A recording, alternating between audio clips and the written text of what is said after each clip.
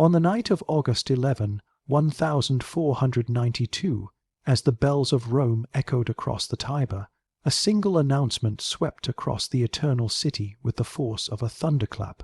Rodrigo Borgia, a man known for his ambition, cunning, and unmatched political appetite, had been elected as Pope Alexander VI. For many Romans, it was a moment they remembered with a mix of awe and dread, because they knew this election marked the beginning of one of the most controversial chapters in church history. The Renaissance was at its height, a time of art, beauty, and intellectual rebirth, but it was also a period consumed by political corruption, violent rivalries, and powerful families battling for supremacy. And at the center of that storm stood the Borgia family. Rodrigo Borgia did not enter the papacy as a spiritual guide, but as a ruler with a dynasty to build. He had children before becoming pope, and although church law expected clerical celibacy, Renaissance popes often maintained unofficial households. Rodrigo, however, took this practice farther than most. His family became the core of his political empire. He elevated his sons to positions of immense power and poured wealth, land, and authority into their hands. And among all his children, one figure soon emerged as the brightest jewel of the Borgia household, his daughter Lucrezia. Lucrezia Borgia was born in 1480, a child of the powerful and notorious Borgia line. When her father became pope, she was barely 12 years old, yet thrust instantly into the center of European politics. Her father viewed her not only as a beloved daughter, but as a vital tool to secure alliances, marriages, and influence. Renaissance Italy was a collection of fiercely independent city-states, each competing for dominance. Families like the Medici, Sforza, Orsini, and Colonna controlled regions with armies, bankers, and political alliances.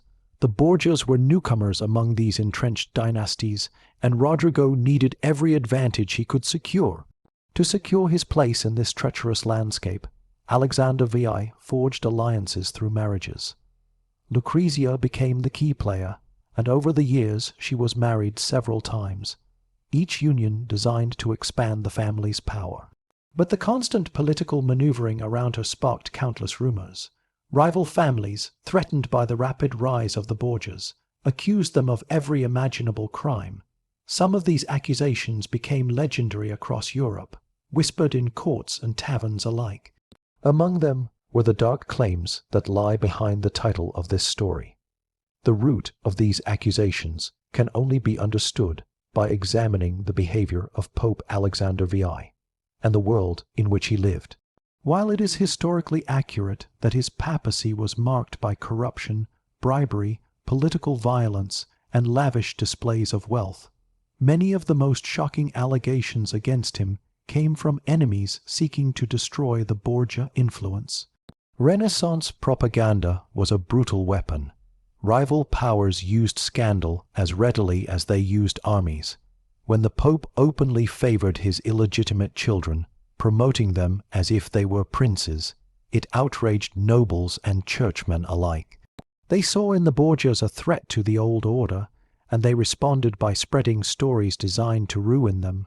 Lucrezia, young, beautiful, and always in the public eye, became the perfect target. Her every movement was observed, discussed, and often twisted. At the Vatican, she served as hostess to ambassadors, nobles, and visiting princes. With her grace, education, and diplomatic skill, she impressed many who met her. Yet in Renaissance Italy, a woman with beauty and influence was dangerous. Male-dominated politics treated powerful women with suspicion, and Lucrezia became trapped between admiration and slander. To understand how the most shocking accusations arose, one must examine the family dynamic within the Vatican. Rodrigo Borgia loved his children fiercely and openly, something that scandalized conservative Europeans. His son, Cesare Borgia, was perhaps the most feared man in Italy, a brilliant military commander whose ruthlessness inspired both respect and terror. Cesare and his father worked as a political machine, crushing opponents and expanding their dominion. In this world of ambition, secrecy, and power, Lucrezia lived surrounded by dangers she did not choose. In 1493, At the age of only 13, Lucrezia was married to Giovanni Sforza, a member of the powerful Sforza family of Milan. This marriage was intended to strengthen relations between the Borgias and the northern Italian states. But alliances shifted quickly in Renaissance politics, and within a few years the Sforza family no longer suited Alexander's ambitions. The Pope sought to annul Lucrezia's marriage. Giovanni Sforza, furious at the humiliation, retaliated by spreading one of the most damaging accusations in European history. He claimed that Lucrezia had been forced by her own father and brother into an immoral relationship. This accusation, designed to destroy the Borgias' moral standing, spread like wildfire across Italy. The charge was shocking, not only because it attacked the Pope, but because it targeted a teenage girl who had no say in the political games around her. Giovanni Sforza had every reason to lie. The annulment robbed him of prestige and political advantage, and Renaissance honor dictated that he reclaim his dignity any way he could. Spreading slander was a common method, especially among families locked in bitter feuds. His claim soon became the foundation for many later rumors. Rival houses, particularly the Orsini and Colonna, repeated the allegations gleefully to weaken the Pope. At the same time, the Vatican itself was shrouded in secrecy. The Borgia apartments were notorious for extravagant banquets, private gatherings, and political meetings closed to outsiders. In this atmosphere, truth and rumor became almost indistinguishable. The Borgias did little to counter the slander, believing their power would shield them. But politics in Renaissance Italy was merciless. Enemies waited for any sign of weakness, and the allegations involving Lucrezia became a weapon repeated again and again. This period also saw the dramatic rise of Cesare Borgia, whose military campaigns reshaped Italian politics. As Cesare gained power, the accusations grew more extreme. Propagandists portrayed him as a monster and Lucrezia as his victim or accomplice. The Pope, already criticized for corruption, became easy prey for the most shocking claims. What made these accusations so powerful was not their certainty but their possibility. The Borgias were known for breaking rules. They were feared for their political ambitions. Their enemies included some of the most influential families in Europe, all of whom had access to writers, ambassadors, and historians who shaped public opinion. In this hostile environment, truth became a political tool. By the end of the 1490s, the Borgia name had become synonymous with scandal. Whether true or false, the claims involving Lucrezia, her father, and her brother were repeated across courts in Spain, France, Germany, and England. They served not only as gossip, but as political ammunition, and as the family rose ever higher, so did the desperation of those determined to destroy them. By the spring of 1497, the corridors of the Vatican were thick with whispers. Rome was a city of intrigue, where alliances were made in candlelit chambers and destroyed in shadowy corners. Every noble, cleric, ambassador, and merchant knew that information was the most powerful currency. And nothing spread faster than rumors about the most powerful family in Italy. It was during this turbulent period that the accusations involving Pope Alexander VI, Cesare Borgia, and Lucrezia reached their most explosive form, shaping the image of the Borgia dynasty for centuries to come. To understand why these allegations gained such intensity, one must look closely at the political landscape of Italy. Renaissance Italy was not a unified nation, but a mosaic of competing states. Venice, Florence, Naples, Milan, the Papal States, and dozens of smaller duchies. Each had its own armies, diplomats, and ruling families. The Pope was not only the head of the Church, but a territorial ruler. As Pope Alexander VI expanded Borgia influence through marriages, treaties, and military campaigns, rival houses felt threatened, particularly the Orsini and Colonna families who had long controlled Roman politics. These powerful clans believed the Borgias had risen too quickly, too boldly, and too aggressively. For generations, they had expected the papacy to cycle through old noble families, but Rodrigo Borgia was a Spaniard, an outsider, and he had not come to Rome to preserve tradition. He came to dominate it. His open favoritism toward his children, especially Cesare and Lucrezia, gave his enemies ammunition to portray the entire family as corrupt. And in an era where character assassination was a legitimate political weapon, the allegations of immoral acts became the sharpest blade. One of the key events that fueled the rumors occurred in 1497, when Juan Borgia, the Pope's eldest son and Cesare's brother, disappeared under mysterious circumstances. Juan, Duke of Gandia, was the Pope's favorite child and considered the heir to the Borgia political project. On the night he vanished, he was last seen near the Tiber River after leaving a banquet. Days later, his body was pulled from the water with multiple stab wounds. To this day, historians do not know who killed him. But at the time, the murder ignited a wave of speculation. Many in Rome accused Cesare Borgia of orchestrating the assassination. Cesare had recently abandoned his position as cardinal and transformed himself into a military leader with ambitions that clashed with his brothers. The possibility of sibling rivalry strengthened public perception that the Borgia family was torn apart by ambition and secrecy. The Pope, devastated by Juan's death, locked himself in his chambers. He refused audiences, fasted, and requested constant prayers. This unusual display of grief from a man so powerful added to the atmosphere of mystery and suspicion. Lucrezia, who was present in Rome, became the center of attention during this crisis. She was deeply close to her brothers. She had acted as a mediator between family factions and sometimes managed Vatican affairs when her father was overwhelmed. For observers outside the Borgia household, this was unusual. Women in Renaissance politics were often involved in diplomacy, but having a teenage girl serve as the Pope's trusted assistant was nearly unheard of. This closeness fed speculation that the relationships within the family were not normal. During the chaos of Juan's death, Giovanni Sforza, the husband Lucrezia was trying to divorce, seized the opportunity to strengthen his earlier accusations. He spread the claim that Lucrezia's annulment was not based on his impotence, but on her involvement in forbidden relations within her own household. The accusation struck like lightning. In Italian courts already hostile to the Borgias, the story gained traction. Ambassadors sent reports to their home governments, repeating the allegations whether they believed them or not, because scandal was politically useful. Yet historical records offer a different perspective on Lucrezia's situation. Documents reveal that during the period her divorce was being arranged, Lucrezia stayed in a convent at San Sisto.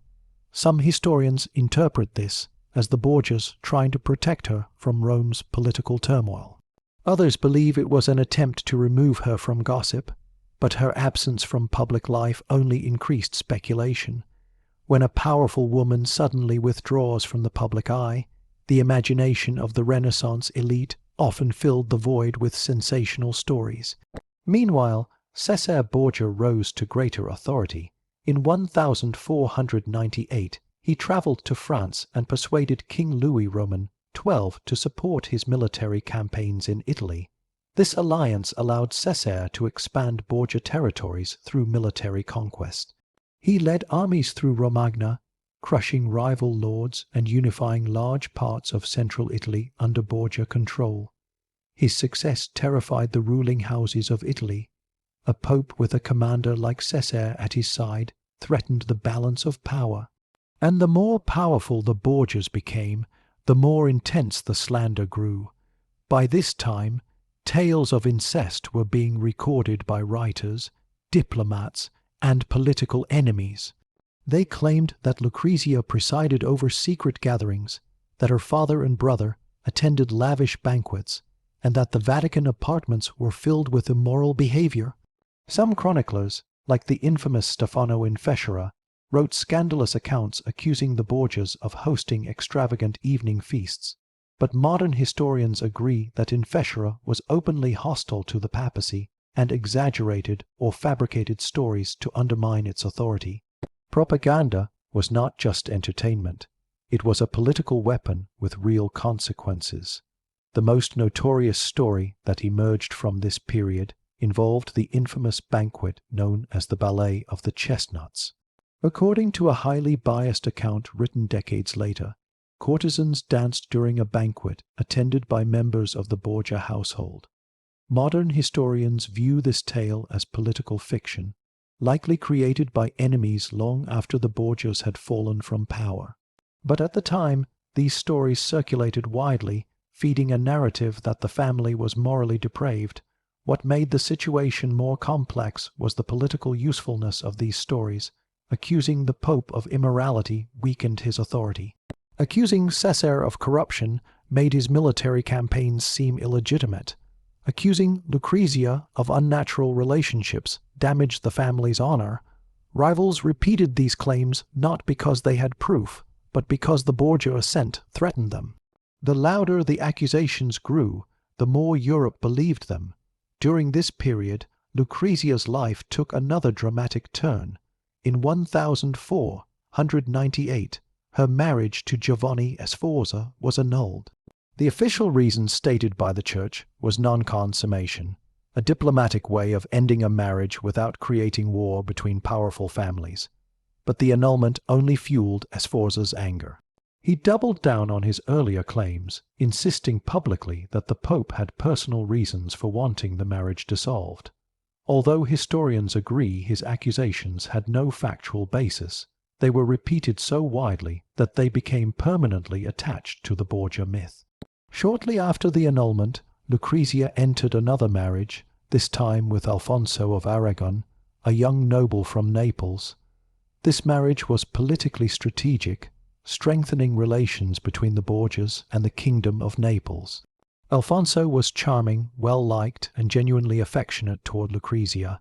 For a brief moment, it appeared that she might find a measure of happiness, but political winds shifted again. Cesare sought French support in his wars, which made the alliance with Naples inconvenient. Tensions escalated until Alfonso was attacked on the steps of St. Peter's Basilica by masked assassins. He survived the initial attack, but was later killed while recovering from his wounds. Many contemporary observers blamed Cesare for his death. Whether or not Cesare gave the order, the tragedy deepened the belief that the Borgia family lived within a circle of violence and conspiracy. As tragedies, political shifts, and violent events accumulated, the darkest rumors about the Borgias grew stronger. Although evidence for these allegations is extremely weak, politically biased chroniclers repeated them so frequently that they shaped the historical narrative. By the end of the decade, the Borgias had become a symbol of power used without restraint. They ruled with ambition, intelligence, and relentless determination. But the cost was a legacy stained by scandal. By the early 1500s, the Borgia family stood at the peak of its influence. Pope Alexander VI controlled the Papal States with a firmness that few previous popes had dared to exercise. Cesare Borgia commanded armies feared across Italy. And Lucrezia, despite years of political manipulation, growing slander, and personal tragedy, emerged as one of the most politically skilled women of her age. Yet it was precisely during this period of triumph that the infamous accusations surrounding the family crystallized into the legends that would define them for centuries. This was the age of Italian humanism, a time when writers, diplomats, and intellectuals shaped politics through letters, chronicles, and public opinion. Propaganda was not an afterthought, it was a weapon of war. Families like the Medici, Sforza, Orsini, and Colonna employed writers who acted as political mouthpieces. In this world, the Borgias were both admired and despised. Their sudden rise threatened the established order, and every victory they achieved provoked another wave of slander from their rivals. Cesare Borgia's military campaign in the Romagna region marked the turning point. With the support of King Louis Roman XII of France, Cesare launched a series of conquests that toppled petty tyrants and replaced them with a new centralized rule. His talent was undeniable. He unified territories that had been torn apart by warlords and mercenaries. Even Niccolò Machiavelli, the Florentine diplomat and political philosopher, studied Cesare's methods closely and later used him as a model for the ideal leader in his book The Prince. But with power came fear, and with fear came the amplification of every dark rumor. To Cesare's opponents, he was not a reformer but a tyrant. To his enemies, he was not a military genius but a ruthless predator. And since most of Italy's political chronicles were written by families hostile to the Borgia cause, the reports preserved in history often reflect this bias. Even Machiavelli, though impressed by Cesare's brilliance, recorded the political gossip surrounding the Borgia household. Lucrezia, meanwhile, became the focus of even deeper scrutiny. As her father's trusted diplomat, she hosted papal court meetings, welcomed ambassadors, read political correspondence, and made strategic decisions in the Pope's absence. The idea of a woman acting in such a powerful role astonished many and offended others. Renaissance Italy was not a place where female political authority was easily accepted. Powerful women were often portrayed either as saints or as seductresses. There was almost no space in public imagination for women who were intelligent, capable, and politically essential. Lucrezia's growing influence created resentment. Her marriage to Alfonso of Aragon had ended in tragedy, and her grief was widely known. But soon after Alfonso's death, the Pope sought another political alliance for her. In 1502, Lucrezia married Alfonso d'Este, heir to the powerful Duchy of Ferrara. This marriage was far more stable and successful than her previous ones. The Este family was prestigious, ancient, and respected throughout Italy. Many observers expected Lucrezia to be rejected because of the rumors associated with her family.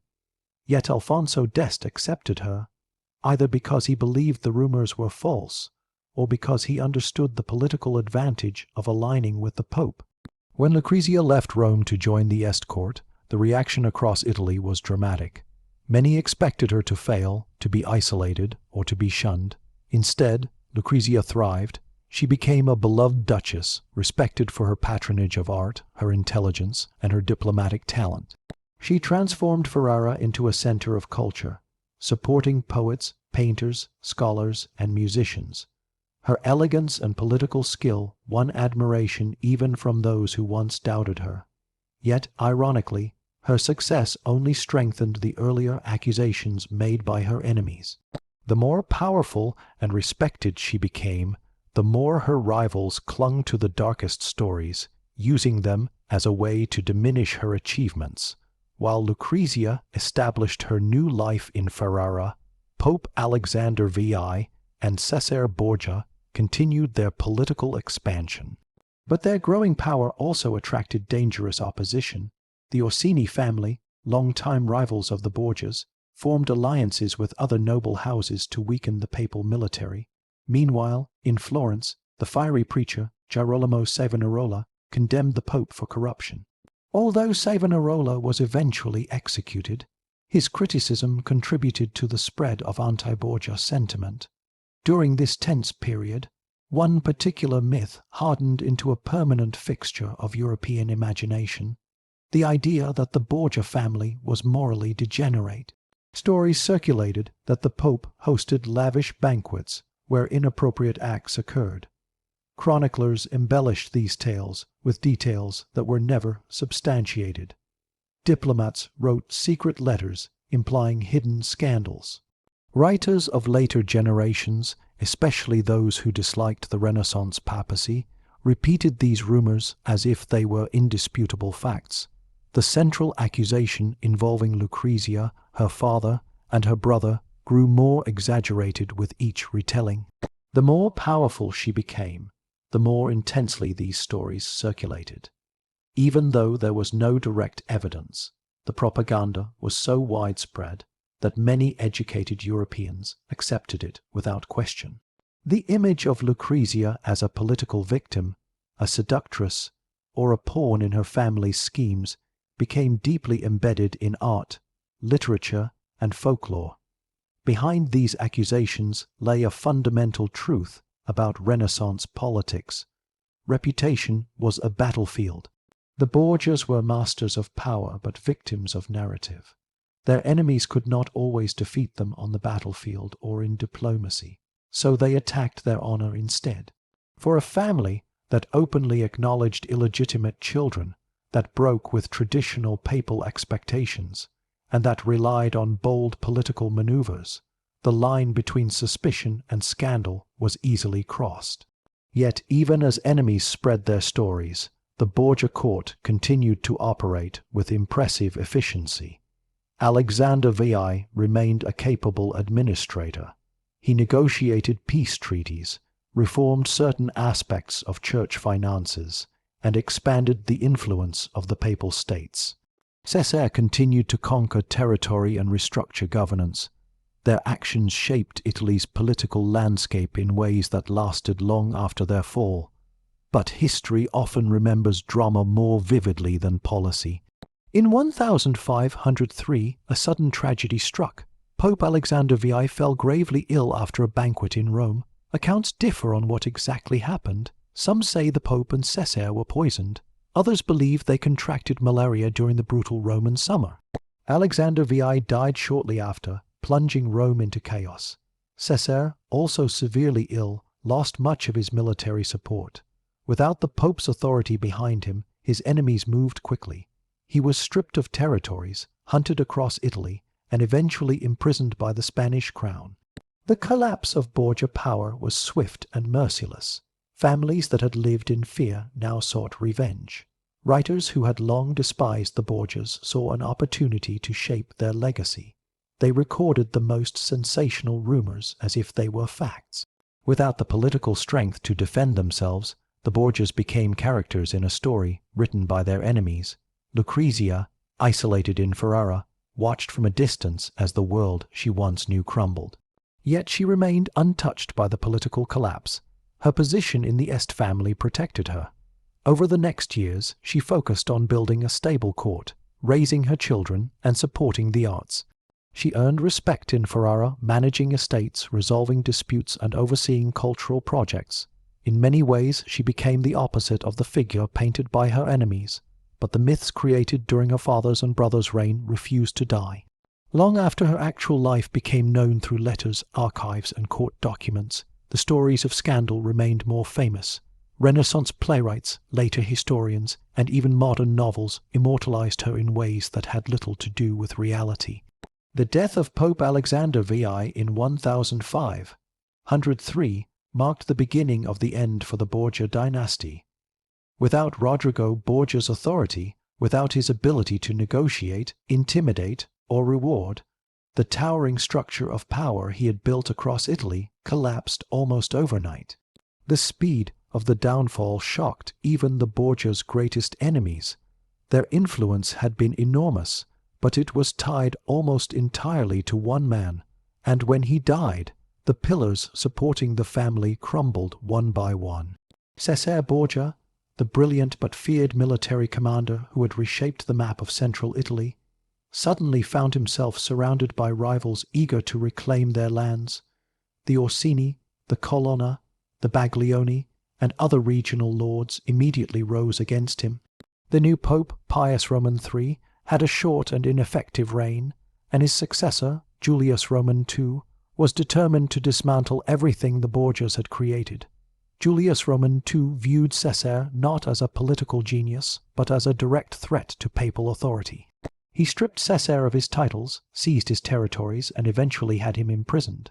The fall of Cesare Borgia became a spectacle across Europe. Once feared as the most dangerous man in Italy, he was reduced to a captive with no allies and no influence. He was eventually transferred to Spain under heavy guard. With cunning and courage, Cesare escaped from prison, but he never returned to Italy. Instead, he sought refuge with his brother, in-law in Navarre and died shortly after at the age of 31, while fighting in a small regional conflict. His death was quick, violent, and far removed from the grand ambitions he once pursued. With Cesare gone and Alexander VI dead, the Borgia legacy passed into the hands of chroniclers, diplomats, and storytellers. And it was here, not on the battlefield or in the halls of power, that the family's fate was sealed.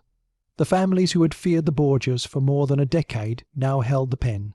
They controlled the courts, the chronicles, and the memory of what had occurred. Many of the most dramatic accusations against the Borgias were recorded during this period of political revenge.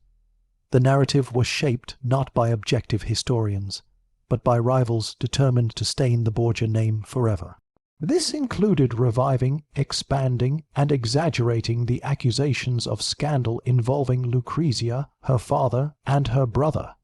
This raises the central question of the entire Borgia story. What is truth and what is propaganda? To answer this, historians turn to surviving records, court archives, marriage documents, diplomatic letters, financial ledgers, and personal correspondence that were not controlled by hostile families.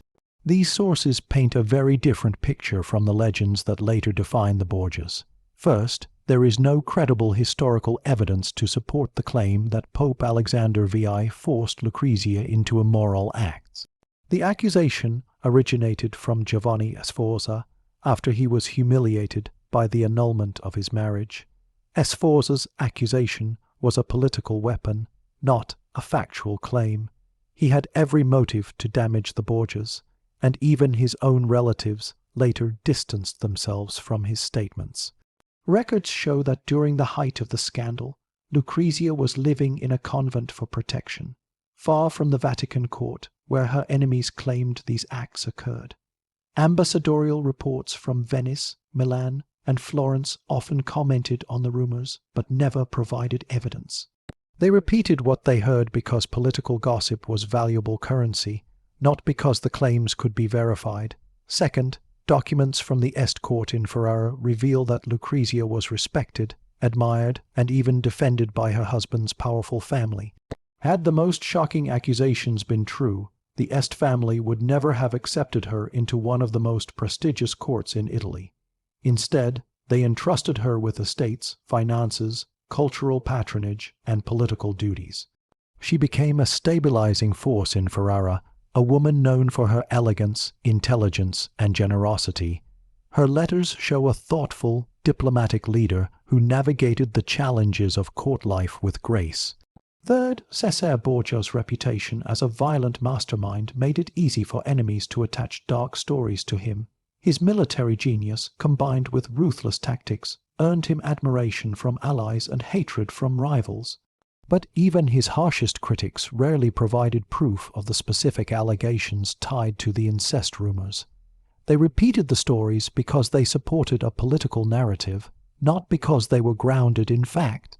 Over the centuries, painters, playwrights, and later novelists amplified these legends. The Borgias became symbols of corruption, decadence, and forbidden desire. Plays in the 17th century depicted them as villains. 19th century Romantic writers used them as metaphors for the decay of power. In the 20th century, films and television series dramatized their lives with more imagination than accuracy. The name Borgia became a dramatic shortcut for scandal, even though real historical evidence was thin. But despite the avalanche of myth, some elements of the Borgia story are indisputably true and historically significant. Pope Alexander VI was undeniably corrupt by modern standards. He used the papacy to promote his children, consolidate power, and enrich his circle. His reign was marked by bribery, political manipulation, and military expansion. Yet he was also an effective administrator who stabilized Rome, encouraged Renaissance art, and strengthened the Papal States. Cesare Borgia was ruthless but visionary. His reforms in the Romagna region laid the groundwork for future centralization of Italian governance. Machiavelli's admiration for Cesare was genuine, based on real political achievements, and Lucrezia Borgia, the central figure of the most damaging accusations, emerged not as a symbol of scandal, but as one of the most capable female leaders of her age. Her time in Ferrara transformed her from a political pawn into a respected duchess. She supported artists, poets, musicians, and scholars. Under her guidance, Ferrara flourished culturally. She became a mediator in political conflicts and a beloved figure among her subjects. The truth about the Borgias is far more complex than the legends. They were brilliant, ambitious, flawed, and entangled in the violent politics of Renaissance Italy. Their enemies were equally ruthless. Their era was defined by propaganda as much as by warfare. In this environment, the line between truth and rumor often vanished. The allegations involving Pope Alexander VI and Lucrezia endure because they were dramatic, sensational, and repeated for generations. They became part of Europe's cultural memory not because they were proven, but because they made compelling stories. And in the Renaissance, a powerful story was sometimes more influential than reality. Lucrezia died in 1519 at the age of 39, loved by the people of Ferrara and respected by the Este dynasty. She was remembered not as the villain of slanderous tales, but as a wise and compassionate leader. With her death, one of the last living links to the true Borgia world was gone. As time passed, the Borgia name transformed into legend. Historians today recognize that much of their dark reputation was shaped by political warfare, not documented fact. The Borgias were powerful, ambitious, and often ruthless, but they were also victims of the era's brutal propaganda. In the end, the story of Pope Alexander VI, Cesare Borgia, and Lucrezia Borgia is not just a tale of scandal. It is a lesson in how history is written, how reputations are built and destroyed, and how truth can be reshaped by the hands of those who wield the pen.